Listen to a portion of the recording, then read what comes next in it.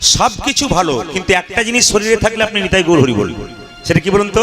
যদি ভেতরে আপনার অহংকার জন্মে যায়, যখন থাকবে ভেতরে ইগো, ভগবান বলবে আইগো। তোমার ভেতরে অভিমান থাকলে ভগবান নিতাই গৌর হরি বলবে। এই জন্য দেখবেন বড় বড় জমিদার আগে ছিল, আপনারা সবাই জানেন, জমিদারের বাড়িতে এখন আর জমিদার বাস করে না, মাকড়সার জাল থাকে। কেন থাকে বলুন তো? একমাত্র অহংকার সাজে না। একমাত্র রবীন্দ্রনাথ ঠাকুর জমিদার মানুষ ছিলেন, কিন্তু কি বলেছিলেন? এ মণিহার আমায় নাহি সাজে। জমিদারিত্ব ছিল, কিন্তু তিনি নিজেকে জমিদার বংশের মনে করতেন না। এরকম মহাপুরুষের মাটিতে আমাদের আশা, এরকম মহাপুরুষের কথাগুলোকে স্মরণ করতে হবে। আমরা যে মাটিতে বাস করছি, সেই মাটির মহাপুরুষকে যদি জানতে না পারলাম, তাহলে আমাদের কি জানা হলো? একটা ছোট্ট কথা বলি, অনেকের ভেতরে দেখবেন কীর্তন শুনতে শুনতে অহংকার জন্মায়। শুধু কীর্তন নয়, গাড়ি বাড়ি টাকা পয়সা ধন দৌলত। আমি আপনাদের একটা জিজ্ঞেস করি, কিসের অহংকার? কেন বলুন তো? কিসের অহংকার? আপনি কি জন্ম পেয়েছেন? আপনাকে জন্ম একজন দিয়েছে, আপনার মা। আপনার নামটা কি আপনি নিজে রেখেছেন? ওটা অন্যজন রেখেছে। আপনি যে শিক্ষা গ্রহণ করছেন, আপনি কি নিজে শিখেছেন? আপনাকে একজন শিখিয়েছে। আপনি চাকরি পেয়েছেন, আপনি নয়, একজন আপনাকে দিয়েছে। আবার আপনি যখন শ্মশান ঘাটে যাবেন, তখন নিজে যেতে পারবেন না, নিয়ে যাবে অন্যজন। আপনার বলতে কি আছে? আমার আমার আমার আমার করে বললাম, আপনার বলতে কি আছে? এই জন্য বড় বড় পণ্ডিতদের কথা দেখবেন, যারা জ্ঞানীজন হয়, যারা গুণীজন হয়, তাদের ভেতরে অহংকার থাকে না। বাড়িতে কোনো ব্যক্তি খুব অসুস্থ, অনেকদিন ধরে কষ্ট পাচ্ছে, ডাক্তার দেখাচ্ছেন, কিন্তু দেখবেন বহু দুরারোগ্য রোগ। আপনি এই প্রসাদটা জয় গোপীনাথ বলে ভগবানের নামে একটু শ্রবণ করুন, এই সেবা করুন, একটু গঙ্গা জল দিয়ে তুলসী পত্র দিয়ে, দেখবেন আপনার অনেক কষ্ট দূর হবে। বাড়িতে অশান্তি থাকলে পণ্ডিতগণ বলছেন যে বাড়িতে অশান্তি থাকলে এই প্রসাদ যদি জয় গোপীনাথ বলে তুলসী গাছের গোড়াতে ভেঙে দেওয়া হয়, মাটিটাতে প্রতিদিন জল ঢালা হয়, তাহলে নাকি বাড়ির অশান্তি দূর হয়। তা এতগুলো কাজ যদি একটা প্রসাদের মাধ্যমে হয়, আপনার যে কীর্তনে শেষে এই প্রসাদ খুব ভক্তি ভরে কাপড়ে কোণে নিয়ে যাবেন। প্রশ্ন করবেন প্রদীপ বাবু, জ্ঞানী যারা আছেন, প্রশ্ন করবেন যে একটা বাতাসা নেবো, 1 বছর খাওয়াতে বলছেন, অন্তত নিম্নপক্ষে 1 বছর, সারা 2 বছর খাওয়ালে ভালো হয়। 1 বছর খাওয়াতে বলছেন, 1 বছর একটা বাতাসে হয়? বাতাসাতে হয়? জেনে নিন। আপনি বৃহস্পতিবার দিন বাড়িতে হরির লুট দিয়ে দেবেন, 1 কেজি 2 কেজি বাতাসা বাড়ির বাচ্চাদেরকে দেবেন, তারপর কৌটোর মধ্যে ভরে রেখে দেবেন। এবার প্রতি বৃহস্পতিবার একটা করে বাতাসা ভেঙে ভেঙে বাচ্চাকে খাওয়াবেন, অসুস্থ ব্যক্তিকে দেবেন, তুলসী মন্দিরে দেবেন। যে গাছে ফল ধরে, মায়েরা বলবেন, সেই গাছের ডালটা উঁচু দিকে যায় না নিচে দিকে যায়? জোরে বলুন, আমি শুনতে চাই আপনাদের কাছে। যে গাছের ডাল, যে গাছে ফল ধরে, সে গাছের ডালটা উপর দিকে যায় না নিচের দিকে যায়? নিচের দিকে। যারা ভক্ত হয় তাদের ভাবটি কেমন? এরকম। কেন? ভক্তির ফলে সে নত হয়ে যায়। অভক্ত যারা হয় তারা উগ্র হয়। দেবতাদের মধ্যে মিটিং হতো, সভা হতো, সব দেবতারা সিংহাসনে বসতো, একজন দেবতা নিচে বসতো, তার নাম বাবা ভোলা। দেবতারা জিজ্ঞেস করতো, ভোলা ওপরে বসলে না নিচে বসলে কেন? ভোলা বলছে, আমি ওপরে বসলাম না কেন? ওপরে বসলে পড়বার ভয় থাকে, তাই নিচে বসে দিলাম। না না, যারা ওপরে বসেছেন, চেয়ারে বসেছেন, আমি তাদের জন্য বলি নাই। এখানে তত্ত্ব হচ্ছে কি, অহংকারের মঞ্চে যে বসে আছে, অভিমানের মঞ্চে যে বসে আছে, তার পড়বার ভয় আগে থাকে। প্রশ্ন করবেন, প্রদীপ বাবু আপনি তো চৌকির ওপরে আছেন, আপনি তো ওপরে আছেন, আমরা তো জমিতে আছি। হ্যাঁ ঠিক বলেছেন, আমি চৌকির ওপরে আছি, আমি তো চৌকিদার। আপনারা জমিতে বসে আছেন, আপনারা তো জমিদার। এই জন্য আপনাদের কাছে নিবেদন রইল, আপনাদের ভক্তদের চরণধুলি যত আমার মাথা পড়বে, আপনাদের আশীর্বাদ যত পড়বে, তারপর বীরভূমের মাটিতে বীরভূমের মানুষ যত আমাকে আশীর্বাদ দেবে, আপনাদের আশীর্বাদের জন্য আমি আজকে বিদেশ যেতে পারছি, আপনাদের আশীর্বাদে আমি রাজ্যে রাজ্যে যাচ্ছি প্লেনে করে। এত এত মানুষের ঢল, ত্রিপুরার মানুষ বাংলা ভালো বলতে পারে না, বাংলা বোঝে, সেইখানে যদি আপনি ভক্ত দেখেন, মাথা খারাপ। আন্দামান নিকোবর দ্বীপপুঞ্জে একজন প্রফেসর আমাকে পরশু ফোন করেছেন, তিনি বলছেন এবছর তো হলো না, দ্বীপে দ্বীপে দেখবেন সব টিভি বন্ধ করে দিচ্ছে, আপনার অনুষ্ঠান দেখছে। তিনি প্রফেসর বললেন, আপনি যদি আসেন তাহলে আমার খুব দৃঢ় বিশ্বাস, যেগুলো আমাদের অসুবিধা আছে সেগুলো একটু বলবো আপনাকে, সেগুলো তুলে ধরবেন। আপনি বললে আমার খুব দৃঢ় বিশ্বাস এরা সবাই বিশ্বাস করবে। এই জন্য আপনাদের কাছে নিবেদন রইল, আপনাদের আশীর্বাদটুকু আমার পাওনা, আর কিছু না।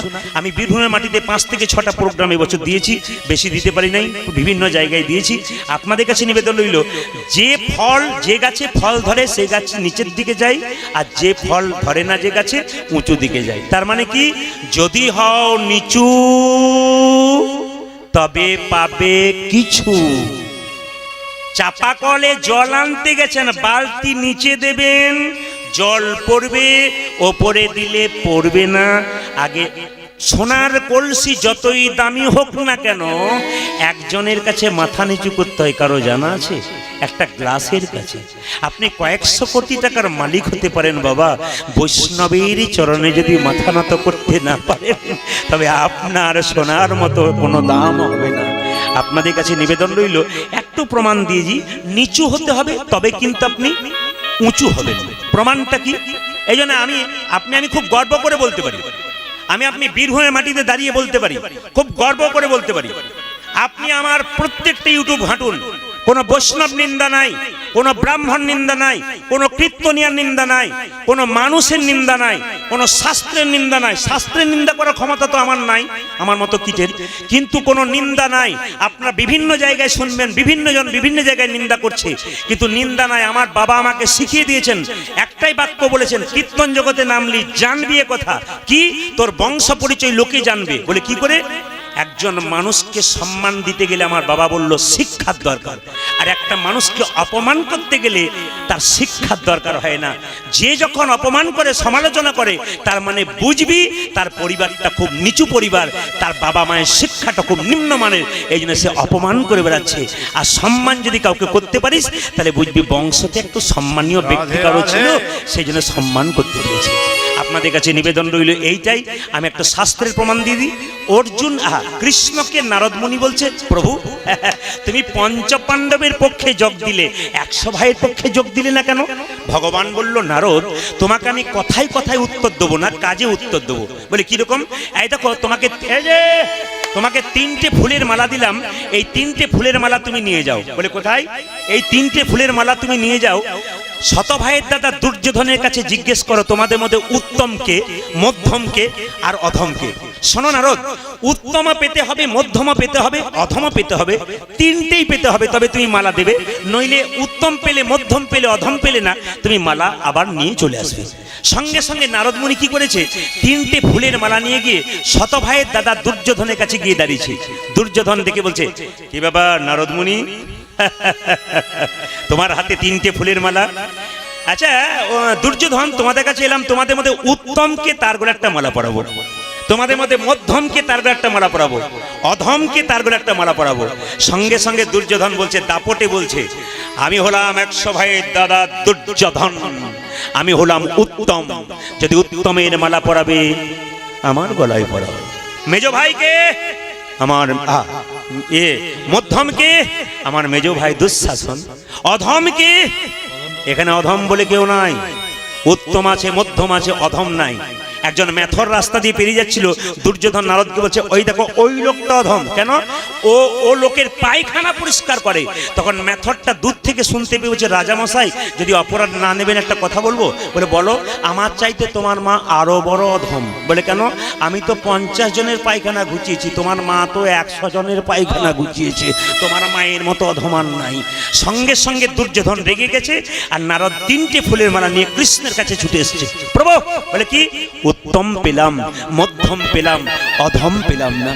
চলে যাও পঞ্চপাণ্ডবের ভাই অর্জুনের কাছে। যখন অর্জুনের কাছে গেল মা 3টে ফুলের মালা নিয়ে, অর্জুন তখন বলছে, নারদ মুনি আমার ভাগ্য ভালো, মুনি সাধু ঋষি বাড়িতে এলে কত ভাগ্য ভালো হয়। আপনার হাতে 3টে ফুলের মালা কেন? 3টে ফুলের মালা এই জন্যে, তোমাদের মধ্যে উত্তম যে তার গলায় একটা পরাবো, মধ্যম যে তার গলায় একটা পরাবো, অধম যে তার গলায় একটা পরাবো।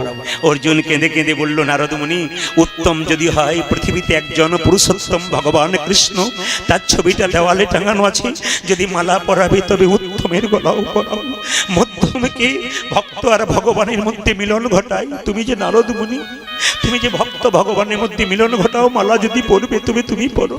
অধমকে অর্জুন কেঁদে কেঁদে মাথা নিচু করে বলছে, প্রভু অধম হলো আমি যুগ যুগ ধরে অপেক্ষা করিয়াছি গোবিন্দ চরণ পাওয়ার জন্য, যদি অধমের মালাটা পরাবে নিতাই করি বল বলে আমার গলায় পরিয়ে দাও, আমার গলায় পরিয়ে দাও। এখানে বাবা উত্তম, মধ্যম, অধম, অধম না হলে কিন্তু ভগবানকে পাওয়া যায় না।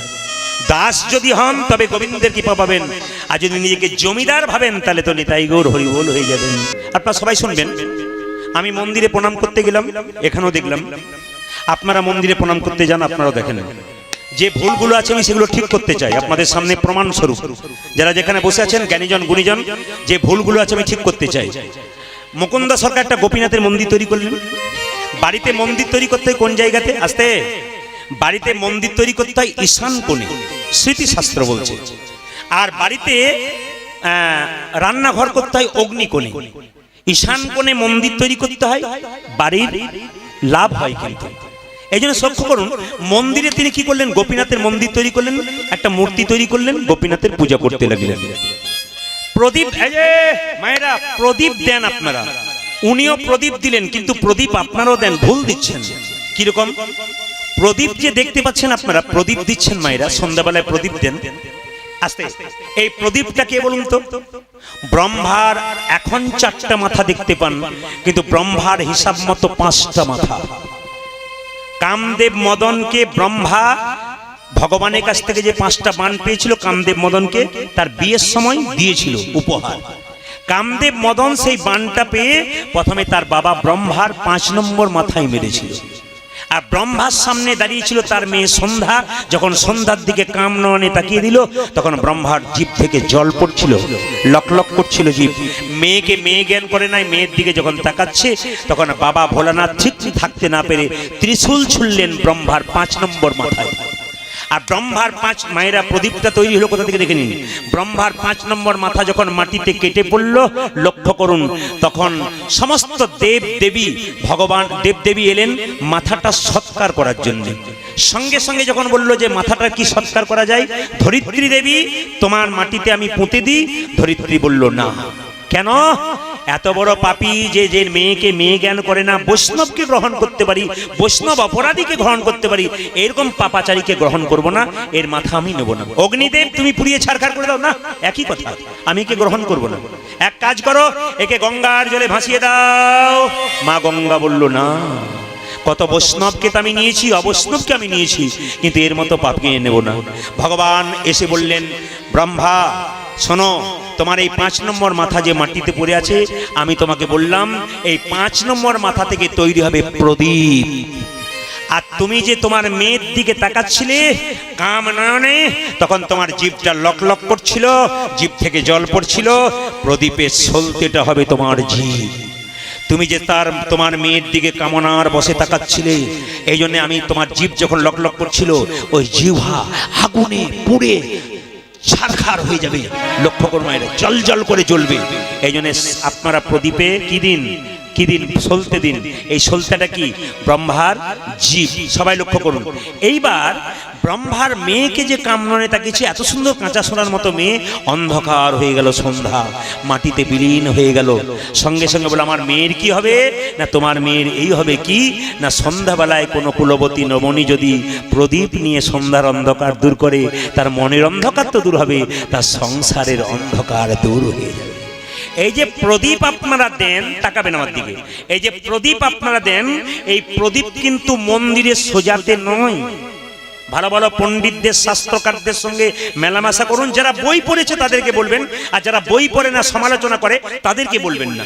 কারণ আমার যতগুলো সম্পর্ক আছে, আমি যতগুলো কথা বলি বই থেকে, এবং যতগুলো সম্পর্ক আছে বিরাট বড় বড় ভাগবত পাঠক, আমি নাম করবো না আসলে, খুব বিখ্যাত বিখ্যাত ভাগবত পাঠকের সঙ্গে আমার যোগাযোগ, তাদের সঙ্গে কথা হয়, তাদের সঙ্গে আলোচনা হয়। সেই আলোচনার ফলস্বরূপ আপনাদের সামনে আমি বিস্তারিতভাবে বর্ণনা করার চেষ্টা করি। বলছে প্রদীপ আপনার, আমি নাম করব না, নাম না করলেও নয়, কিন্তু নাম করব না। আপনারা গোবিন্দ বল্লভ শাস্ত্রী নাম শুনেছেন? বিখ্যাত ভাগবত পাঠক বৃন্দাবনে, শুনবেন আপনারা।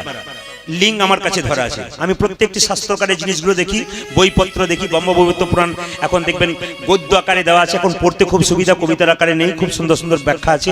লক্ষ্য করবেন, এক জায়গায় দেখছিলাম প্রদীপ কিন্তু মন্দিরে সোজাতে নয়, ঘিয়ের প্রদীপ বা ঘিয়ের প্রদীপ সবসময় ভগবানের ডান দিকে, আর তিল বা তেলের প্রদীপ ভগবানের বাঁ দিকে।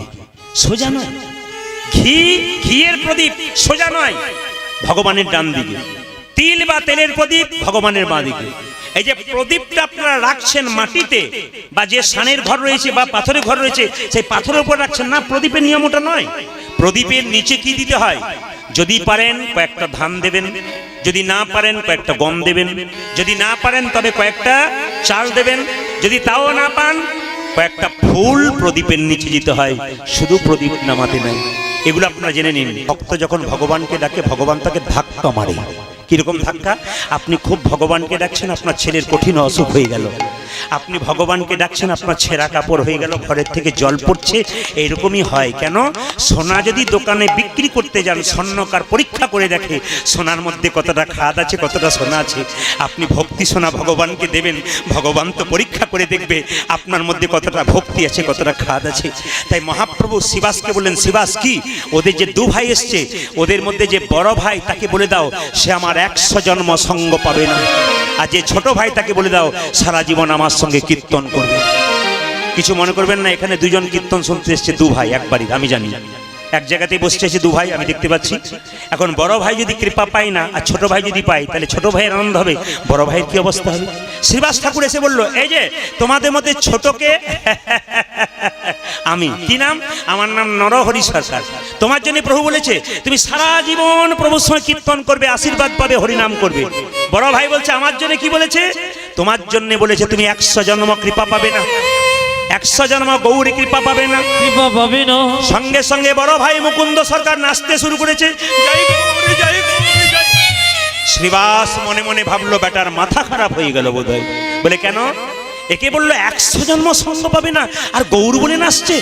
এ মুকুন্দ, তোমাকে যে মহাপ্রভু বললো 100 জন্ম সঙ্গ পাবে না, তুমি নাচতে শুরু করেছো। আমাকে বললে আমি তো বিষ খেয়ে আত্মহত্যা করে দিতাম।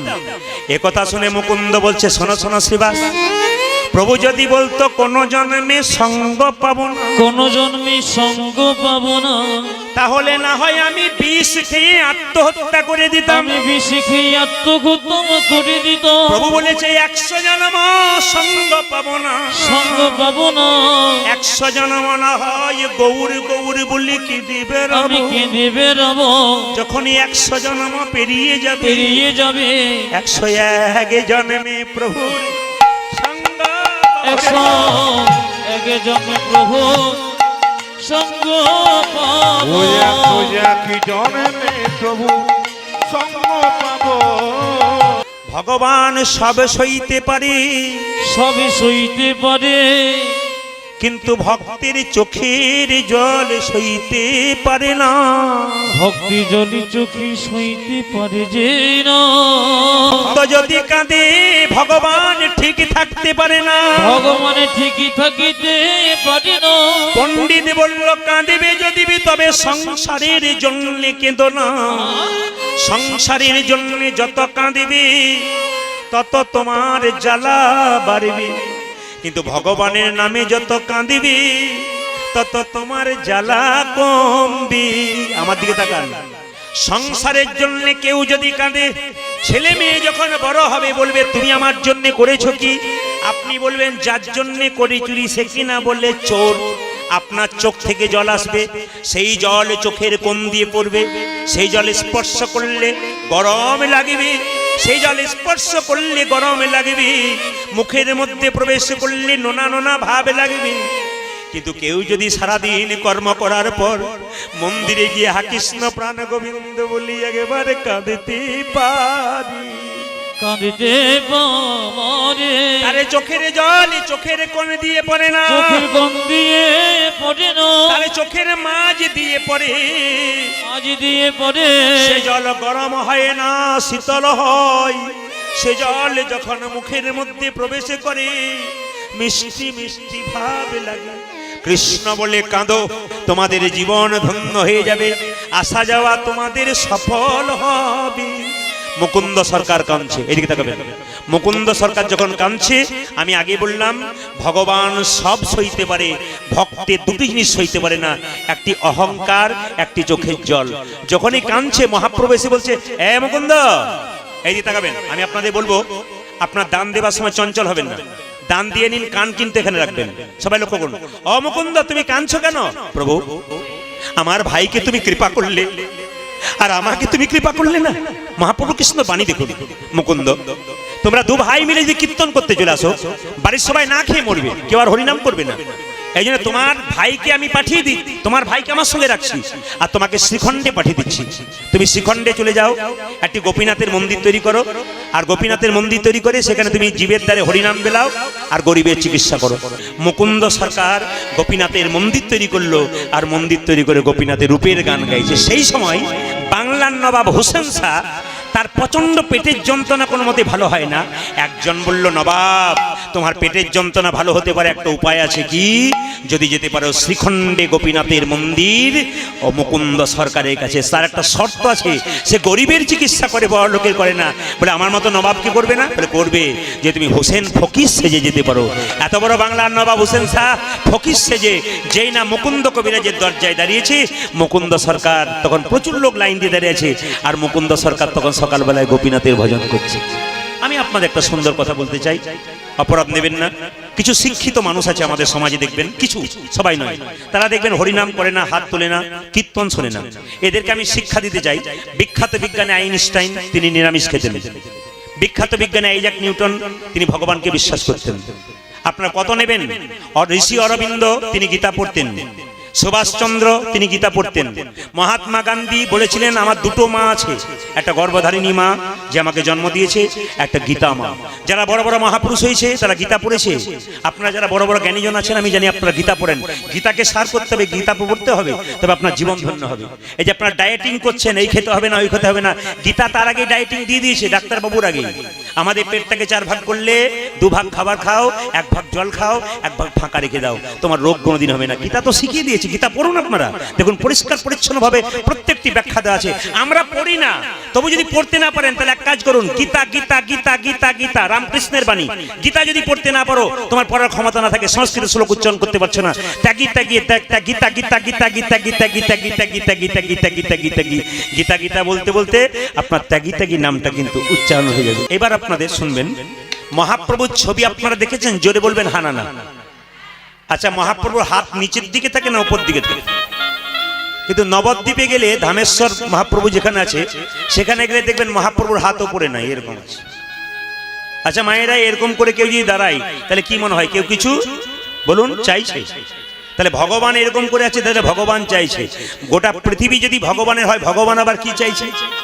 বল এদিকে, ভগবান কি চাইছে? আমাকে দাও। কি? তুমি যে এত সুন্দর দেহ পেয়েছো, আমার জন্য পেয়েছো। এখানে যে এসেছো, আমার জন্য এসেছো। যাবার সময় তোমার দেহটাকে আমার কাছে সমর্পণ করে দিয়ে যাও। কি আছে তোমার? তুমি কি নিয়ে এসেছিলে, কি নিয়ে যাবে? তুমি খালি হাতে এসেছিলে, খালি হাতে যাবে। সুতরাং যাবার সময় আমি হাত তুলে আছি, আত্মসমর্পণ করবো, আমাকে দিয়ে যাও। বলে, হে প্রভু, এই দেহ আমার নয়, এই দেহ তোমার। এই কথা যদি কেউ বলতে পারে তবে মানুষ হতে পেরেছে। আর এই কথা যদি কেউ বলতে না পারে, সে মানুষ হয়েছে ঠিক কথা, কিন্তু ভেতরে তার মনুষ্যত্ব নাই। জেনে নিন, মহাপ্রভু হাতটা এরকম করে তুলেছিল না, কি বলছেন? ছবিতে এরকমই আছে। আচ্ছা বলুন তো, হাত আমরা তুলি কখন? রাস্তা দিয়ে টোটো পেরোই, ও দাদা এ তাতারপুরে কীর্তন হচ্ছে, যাবেন? হ্যাঁ যাবো। আর হাত তুলি কখন? যখন কেউ জলে ডুবে যায়, উঠতে পারে না, এরকম এরকম করে। কেন? যদি কেউ দেখতে পায় আমাকে বাঁচাতে পারে। আর হাত তুলি কখন মায়েরা বলুন তো? আর হাত তুলি তখন যখন এরকম করে আমরা বোঝা নিই। তাহলে মহাপ্রভু কি কোনো বোঝা নিয়েছিল? জোরে বলবেন হা না না। এরা কিন্তু খুব চালাক আছে। আমাকে দেখে বলে বীরভূমের লোক খুব চালাক, চারিদিকে কীর্তন করতে যাই তো বলে বীরভূমের লোক খুব চালাক। চালাকি করে আমাদেরকে কাছে আনার চেষ্টা করে। কিন্তু আমি তো বীরভূমে আছি, এত বোকা এত বীরভূমের মানুষ নয়। একটু জোরে বলবেন। আপনারা বলবেন, হাত যখন তুলি তো আমরা তো কোনো বোঝা নিই, তো মহাপ্রভু কি জলে ডুবে গিয়েছিল? জোরে বলুন হা না না। অনেকে চুপচাপ আছে, বুঝতে পারছি। হাত কি আমরা হাত তুলি, আমরা কি মহাপ্রভু কি হাত তুলে আছে, হাতে বোঝা আছে? জোরে বলুন হ্যাঁ না না। দেখতে পেয়েছেন কি না বলছেন? তাহলে প্রশ্ন করবেন, আমি কিন্তু বলবো মহাপ্রভুর হাতে বোঝা ছিল। প্রশ্ন করবেন, প্রদীপ বাবু আপনার কি চোখ, আপনি দেখতে পেলেন, আমরা পেলাম না? বলছে হ্যাঁ। এ দেখার জন্য চোখ দরকার। যে চোখ আপনি পেয়েছেন, ডান চোখ আর বাম চোখ, গুরু কৃপার বস্তু সাধন ভজন করে আরেকটা চোখ পাবেন, এই চোখটার নাম জ্ঞান চক্ষু। হাত যদি কেটে যায় খালি চোখে দেখা যায়, কিন্তু হাড় যদি ফেটে যায় খালি চোখে দেখা যায় না। ডাক্তারের কাছে গিয়ে এক্সরে করতে হয়, তারপর কিন্তু দেখা যায় হাত ফেটেছে কিনা। গুরুরূপী ডাক্তারের কাছে গিয়ে যদি কোনো ভক্ত প্রেমরূপী নয়নের অনুমিলন করতে পারে, নিতাই গৌর হরি বল বলে, ভগবানের আর ভগবানের ভাব কে বুঝতে পারে? এইদিকে হ্যাঁ, এক ট্রাক বালিতে যদি 1 হাত চিনি ছুঁড়ে দেওয়া যায়, আর চিনি আর বালি যদি একসঙ্গে মিশিয়ে দেওয়া যায়, চিনিকে কি কেউ পারে চিনিতে এক ট্রাক বালিতে? হ্যাঁ হু দেবেন। এক ট্রাক বালিতে যদি এক হাত চিনি ছুঁড়ে দেওয়া যায়, চিনি আর বালি যদি একসঙ্গে মিশিয়ে দেওয়া যায়, চিনিকে কি কেউ পারে চিনিতে এক ট্রাক বালিতে? একজন পারে, যারা আমার কীর্তন শুনেছে তাদের মুখস্থ। পিপিলিকা পারে চিনিকে চিনিতে এক ট্রাক বালিতে। পিপিলিকার মতো গৌর ভক্ত যারা গৌর ছাড়া কিছু জানে না, একমাত্র তারাই মহাপ্রভু ভাব বুঝতে পারে। আর মায়েরা হাতটা তুলেছে কেন, একটা বাস্তব প্রমাণ দিদি। আজকে তাতারপুরে কীর্তন হচ্ছে, মেয়েকে বাবা ফোন করছে, হ্যাঁ রে এখানে কীর্তন হবে? বলে হ্যাঁ আমি যাব। এসো বাবা। আপনার বাড়ি আপনার বাবা এলো, আপনি যা যা খেতে ভালোবাসেন তাই আনলো, কিন্তু আরেকটা জিনিস আপনার জন্য আনলো, ওটা দেখা যায় না, অনুভব করতে হয়। কি বলুন তো? মেয়ের জন্য প্রেম আর ভালোবাসা নিয়ে এলো। আপনারা কীর্তন যজ্ঞ যখন শুরু করেন, তখন গ্রামে গ্রামে দরজায় দরজায় খোল করতাল নিয়ে আপনারা পরিক্রমা করেন, যেটাকে নগর কীর্তন বলে। জোরে বলুন হ্যাঁ না না বলবেন আপনারা। এতজন কীর্তন শুনতে এসছেন, একজন হাত তুলে আমাকে বলুন তো, এই নগর কীর্তন প্রথম চালু করেছিল কে? নগর কীর্তন, যেটা নগরে নগরে কীর্তন, এটা চালু করেছিল, শুরু করেছিল? এইদিকে এইদিকে এইদিকে। এই নগর কীর্তন প্রথম চালু করেছিল স্বয়ং মহাপ্রভু। একটু লক্ষ্য করবেন, মহাপ্রভু খোল করতাল নিয়ে কীর্তন করতেন বলে নবদ্বীপের মলয়চাঁদ কাজী প্রথমে প্রতিবাদ করেন। প্রতিবাদ করতে বলেছিল কারা? হিন্দু মানুষ যারা। নগর কোটাল ছিল দুজন, জগাই মাধায়। মায়েরা সবাই জগাই মাধায়ের নাম শুনলে একটু ভুরু কুচকিয়ে যান, কিংবা জগাই মাধায়ের নাম শুনলে একটু বিতৃষ্ণা বোধ করেন। কিন্তু জেনে নিন আপনারা, জগাই মাধার কিন্তু খুব উচ্চ শিক্ষিত মানুষ ছিল। ভালো করে শাস্ত্র ঘাঁটবেন, দেখবেন আপনারা জগাই মাধাই খুব উচ্চ শিক্ষিত লোক ছিল, কিন্তু নেশাগ্রস্ত ছিল। তারা দুজনে মিলে মলয়চাঁদ কাজীর কাছে গিয়ে বলেছিল, মহাপ্রভু দরজায় দরজায় খোল করতাল নিয়ে কীর্তন করছে, ওর খোল করতাল নিয়ে কীর্তন করাটা বন্ধ করে দাও। মলয়চাঁদ কাজী কি করেছিল? প্রচার করলো যে খোল করতাল নিয়ে কীর্তন করে করে রাস্তায় ঘোরা যাবে না, কোনো ইনস্ট্রুমেন্টস লাগবে না, মানে কোনো যন্ত্র দিয়ে খোল করতাল দিয়ে কীর্তন করা চলবে না। মলয়চাঁদ কাজী কিন্তু বললেন, ভালো করে শুনবেন, কিন্তু মহাপ্রভু কত, তিনি যে ভগবান, তিনি কিভাবে মানুষকে কাছে আনতে পারেন তার প্রমাণটা দেখুন। এই জন্যে মহাপ্রভু প্রথমেই মলয়চাঁদ কাজীর কাছে যেদিন গেলেন, সবাই তাকাবেন, মলয়চাঁদ কাজীর কাছে যখন গেলেন, মলয়চাঁদ কাজী কঠিন মানে প্রচার করেছেন যে যদি খোল করতাল নিয়ে কেউ কীর্তন করে, তার খোল করতালে ভেঙে দেওয়া হবে। অপরাধ নেবেন না, হিন্দু হিন্দু শত্রু, একবারে 100% তাতে কোনো ভুল নাই। আপনি তিলকমালা নিয়ে রাস্তায় ঘুরে যান, আপনার শত্রু দেখবেন হাজারটা আছে। আপনি অভক্ত হন, মস্তান হন, দেখবেন আপনার মিত্র অনেক, মানে বন্ধু আপনার অনেক। কিন্তু যদি ভক্ত হয়ে যান, দেখবেন কিছু মনে করবেন না। আমাদের দিকে একজন বৌমা তিলকমালা নিয়ে ঘুরে বেড়াচ্ছে, হঠাৎ করে তখন 5 জন মেয়ে বলছে, বাবারে হারানের বইয়ের কি ঢং দিদি, মালা তিলক নিয়ে ঘুরে বেড়াচ্ছে। মানে আমরা, ও যে ভক্ত হয়ে গেল, তার জন্য ওকে যাতে ভক্ত না হয় তা বন্ধ করার জন্য 1000 জন পেছনে গিয়েছে। এইটাই আমাদের দোষ। অন্যান্য ধর্মের মানুষ ধর্ম করলে তার পেছনে দেখবেন আরো মানুষ তাকে সাহায্য করে, তুমি করো। লজ্জা আমাদের হিন্দু সমাজে, কেউ হরিনাম করলে দেখবেন তার পেছনে পেছনে আরো কতজন লেগে যায় যাতে হরিনামটা বন্ধ করে। আপনারা দেখবেন, সবাই কিছু মনে করবেন না, হরিনামের আসরে বহুজন কীর্তন শুনতে আসে, দেখবেন কীর্তন শুনতে শুনতে কীর্তন শুনছে আর মাঝে মাঝে কানে কানে কি বলা বলি করছে। মানে কি বলুন তো, ও কিছু বুঝতে পারছে আর কি ব্যাপারটা। এরকম মানুষ দেখবেন অনেক আছে। তবে কিছু মনে করবেন না, নিম পাতা যতই মিষ্টি রসে ভেজান, ওর তেতো যায়। জোরে বলবেন। যারা মানুষ না হয়, অমানুষ হয়, যতই আপনি তাকে প্রতিবাদ করুন, ওর মুখের ভাষা বন্ধ করতে পারবেন? একবারে পারবেন না। নিম পাতা নিমই থেকে যাবে, আম্র পাতা কিন্তু আম পাতাই থেকে যাবে। আম পাতার মতো হন, ভগবানের সেবায় লাগবেন। আপনাদের কাছে নিবেদন রইল, যে যেখানে বসে আছেন, মলয়চাঁদ কাজীর কাছে গিয়ে নিমাই বলে উঠলো, মামা মামা। চুপ করো। মলয়চাঁদ কাজী বলে, চুপ করো। বলে, কেন, কাকে তুমি মামা বলছো? আমি তোমার মামা কি করে? তারপর তোমার সবচাইতে সাহস বেশি, আমি হরিনাম বন্ধ করতে বললাম আর তুমি তাও হরিনাম করছো, আবার খোল করতাল নিয়ে জোরে জোরে কীর্তন করছো। কি ভেবেছো তুমি? কি ভেবেছো তুমি? আবার তুমি আমার মামা বলছো, বিনা পারমিশনে তুমি এখানে এসছো, উইদাউট পারমিশনে তুমি আমার কাছে এসছো, তোমার সাহস তো কম নাই। এত হাজার কথা বললে আমাদের রাগ ধরে যায়। নিমাই বলল, মামা তুমি রাগ করছো কেন? তুমি তো সত্যি আমার মামা। কি করে মামা? নীলাম্বর চক্রবর্তী আমার দাদু, আর তোমার বাবা হলো দু বন্ধু। তাহলে আমার দাদু আর তোমার বাবা যদি দু বন্ধু হয়, তাহলে তুমি আমার কে হও? মলয় চাঁদ কাজী বলছে, আমি তো এত করে ভেবে দেখি নাই, সত্যি তো আমি তোমার মামা হই।